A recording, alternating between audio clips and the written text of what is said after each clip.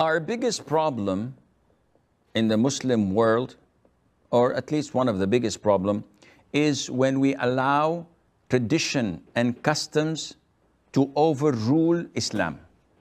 This does not work. When you say, Ashhadu an la ilaha illallah, I bear witness there is no God worthy of being worshipped except Allah Azza wa Jal, this means that you enslave yourself totally to Allah the Almighty and abandon anything else. So whatever Allah says, whatever our Prophet ﷺ teaches, we embrace unconditionally, without any questions asked. The problem of the Muslim world is that they allow their customs and traditions to overrule. And this is totally against Islam. Let us look at the joint family system in the subcontinent and in some other countries as well. The father and the mother do their level best to upbring their children, and once the boy is a man and is looking forward to getting married, they look for a suitable spouse for him that would come and live with them. And in most of these joint family houses, you will find that the mother of the boy looks for a suitable maid that suits her, regardless of what her son wants or desires. She doesn't care.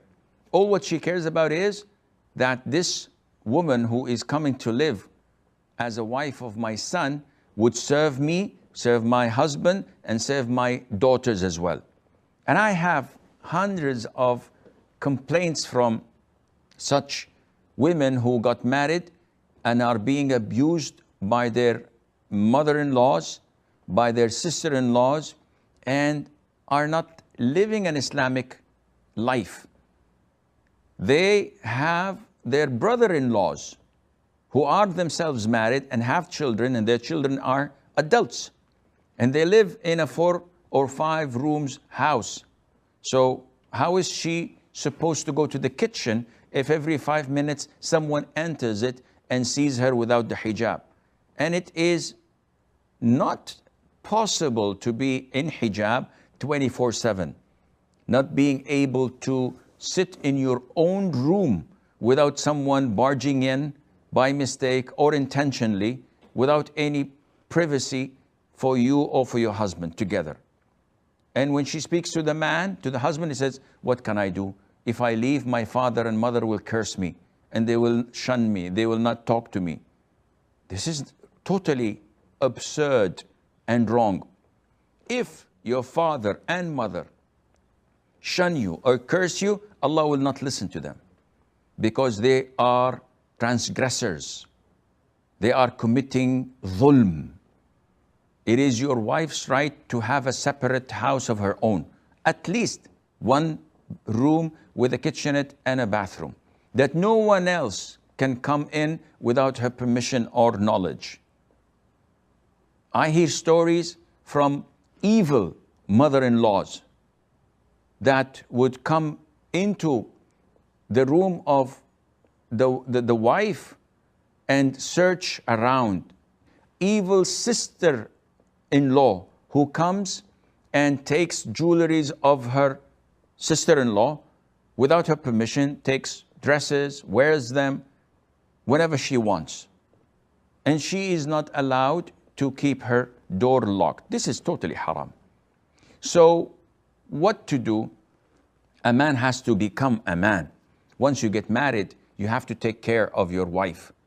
Your father gets angry, your mother gets angry.